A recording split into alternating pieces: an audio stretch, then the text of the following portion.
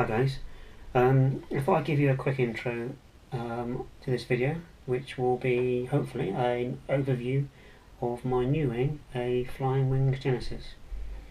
Now, the reason I picked this particular wing was I wanted something tough that could survive a crash into a hedge or a tree.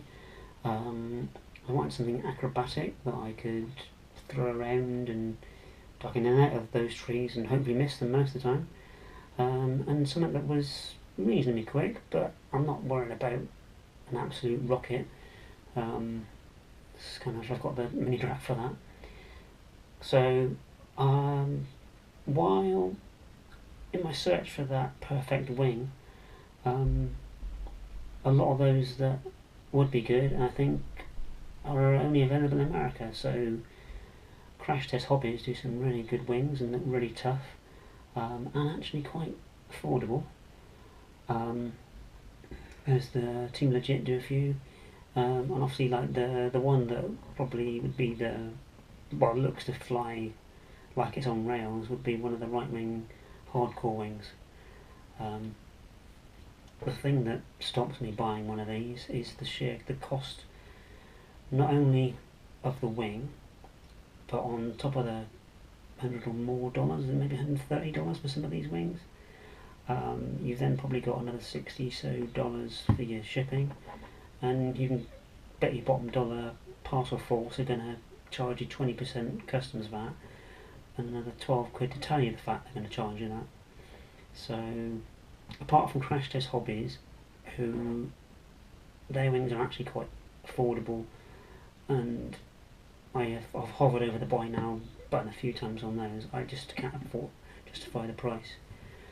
So I spotted the new FlyingWings Genesis on their website, and apart from the fact that battery bay is already cut out for you, so you're a bit limited where you can put those and what battery you can use, it looked like the perfect kind of candidate for a starting point where I could hopefully strengthen it up a bit to kind of survive the occasional hard landing. I've looked at the Evos in the past. The Falcon Evo would be nice, but I'm not sure it's going to fulfill my tough requirements. The ply centre section for me is just too big a weak point. Every crash photo I've seen in one of those, the centre section is broken away from the wing, and the problem is as well, I have a FlyingWings Venturi Evo, and what I always found at any sort of speed was you'd get like a bouncing effect, and I think it was IB Crazy, I read that basically if you can strengthen the middle section with an I-beam, so like carbon fibre top and bottom, the wing flex is really reduced, so you can actually then reduce that bouncing effect, and obviously you can add strength as well. But with a ply centre section, you can't add any more strength. You're restricted to what FlyingWings have already done, because you can't put carbon fibre through foam and then if you cut all the ply, you're going to reduce what strength is there in the first place. So I wanted something a bit like the wings you get from America, which is all foam, where I can add extra carbon fibre to hopefully strengthen it up enough to be rigid and tough to survive those impacts into trees. And in fact, if you look at my last video with the FlyingWings, it did have a little bit of a venture into a hedge, and yeah, the hedge took a couple of love bites out of it. It was very thorny, but hopefully that will be fine once it's been glued back to. Well, I'm just going to put a bit of glue in the crack, basically. Pardon the pun. So I think I've waffled on enough here. So hopefully we'll do a cut now, and I'll give you a bit of an overview of the actual wing in the shed. Okay, so here we are, outside the shed where all the magic happens, on another lovely summer's day. As you can see, grey, and it's actually raining, so let's go and check out the wing, shall we?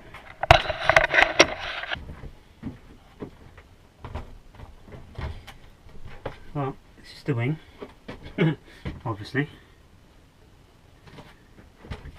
So, I'll give you, first of all, the normal details of the wing. So, you get a carbon spar, which goes through to about here, all the way to the side.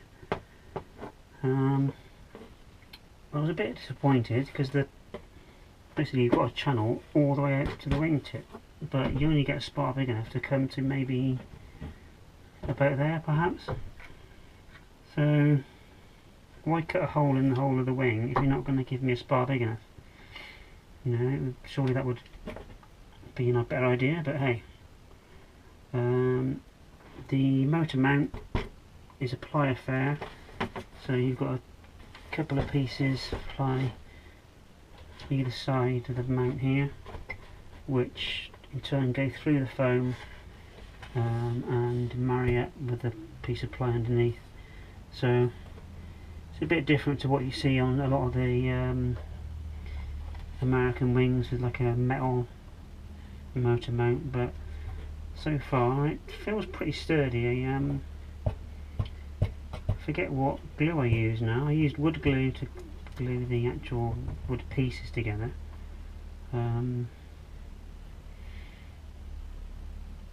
Forget entirely what. I used epoxy. So I figured that was quite a good. Hot glue was going to, like, I don't know, it doesn't seem to work very well on wood. So I tried epoxy. I had loads of it left over, so I used epoxy for the little bit of foam insert between the two pieces of ply there. And to be fair, I wasn't convinced this was going to be very tough, but it does feel solid now.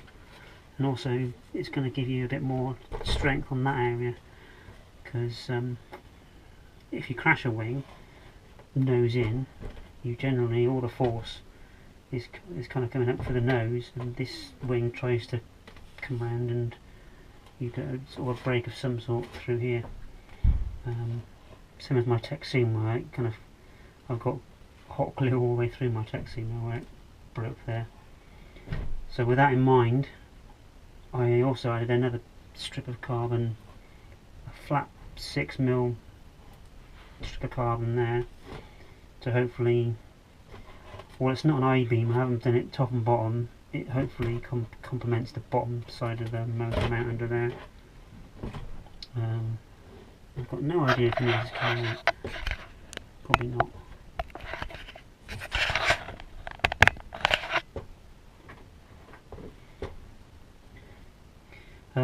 Right, yeah, so I have got an I-beam, as in carbon fibre, from about here all the way out to the very tip, top and bottom, because then, I mean, this thing is rigid, there's no flex in that at all.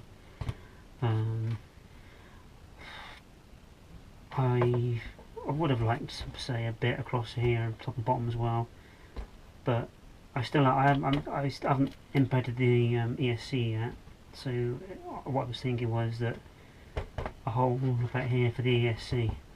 Unfortunately at the moment it needs to be all the way back here to kind of get the CG right, so I'm not quite sure what I'm going to do about that. Because the foam is not really, well, it isn't thick enough at this point to actually embed the ESC at that point, so yeah, well, that's still to be decided. I'll see it in. So I've also got a strip of carbon fibre from here out to here, where I'm currently gluing this bit up to try and, that's where the hedge took a nibble, and a strip of carbon fibre. Did I go top and bottom? No, just top. So, oh yeah, as well as on the underside, you've got this ply plate here to strengthen up the gaping hole, which is your battery bay. And to be fair, with the carbon fibre as well, that does feel very tough. As I say, it went nose first straight into a hedge, and so far the nose is fine. While we're talking about the nose, this little centre pod was actually stolen from the pod you get with the mini Talon.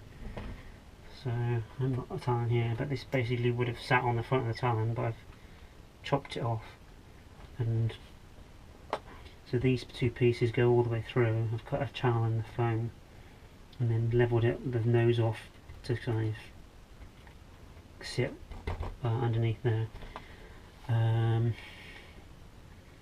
Again, I forget what glue I used. I think it was E6000 to glue in between the wood and the foam. Again, because hot glue is dries a bit too quick. So that hoses my FPV cam, and there's just enough room for a little run cam.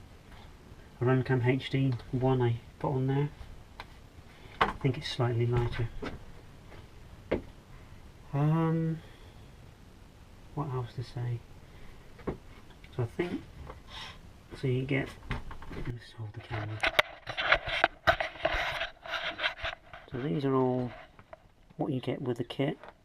It's quite nice. Put a Z-bend in the wire there, and the first time I've tried it, I heated up the wire first. So much easier to put that bend in, and the wire doesn't snap. So that's my top tip. I mean, I only use a cigarette lighter, but use that until that gets a bit of heat in it, and then you can bend that a lot easier. What I did with working out where to put the bend, so this clevis, I think it's called, screws onto the rod.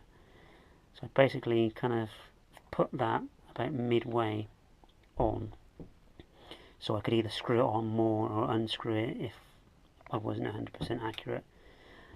Made sure my servo was centered, and then lined it up, put a mark on the wire so I knew where to start the bend, which worked pretty well. You get nice ply elevons. They've been laminated and then some black tape put on top to make them look a bit nicer. I found if you spray it and then laminate it, like this foam, this is black, but it was black, but then you laminate it and it goes this kind of grey colour as opposed to the actual grey. So it's, I don't know, I'm still not 100% on laminate. It's it just seems to come unstuck after a while. It can get annoying. You have to keep ironing it back on. So I've got D4R2 embedded there, with the antennas going up through here, one flat, and I've got one vertical with a zip tie with some heat shrink around it to kind of try and get an L shape. Banggood VTX with a dodgy antenna that don't stay up, and now it is tight, it's just actually loose on the, if you see the nut doesn't move. DS939 Corona servos in it. I held the wingtips on with surgical tape. I bought a bunch of this, but I bought the wrong width. I use what do you call it? It's not surgical tape, is it? Oh, I can't remember. Someone will tell me. I use this as my hinges on the elevons, but that's a more sensible width. So I bought this by mistake, bought the wrong one, so I thought I'd try and use up a bit taping on my wingtips. 40 ampere C, and this is a DYS 3530 1700 kV motor. Overpropped, I think, with a 7x4 prop at the moment. I'm struggling to find what prop I should have on it, but considering it gets hot even when I keep the throttle below 50%, I think 7-inch prop is too much. So I'm going to try and get a 6-inch prop to put on it and see if that kind of stays any cooler. What else to tell you? I think that's about it.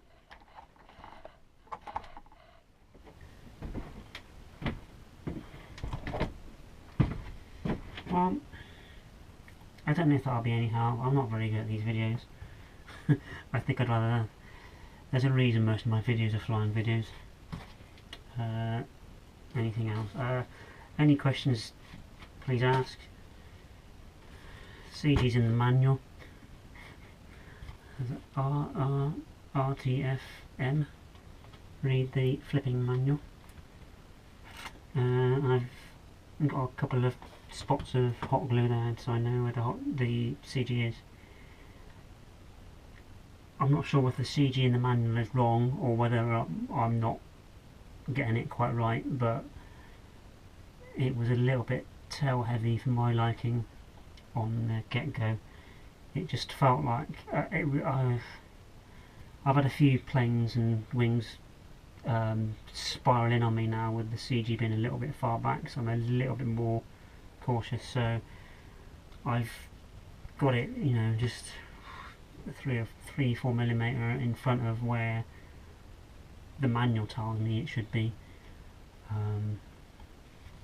and it still flies great. It floats in when you land. To the battery, 2200 4S. At the moment it's a bit nose heavy because of this extra pod I put on the front, unfortunately, so I can't put any bigger battery on it. But I mean, if you want an efficient wing to do range, go and get a Falcon Evo that will cruise along, and you can get you've got a centre section for your flight controller and everything. I'm not looking for that with this. I've got a Talon that will fly all day. Well, obviously not, but a Talon will get me more than enough distance I want. This was for close-ish proximity fun. So the wing profile is pretty good. It flies nice and fast, glides, and it can survive a crash into a hedge. It gets my vote, and it's only 35 English pounds.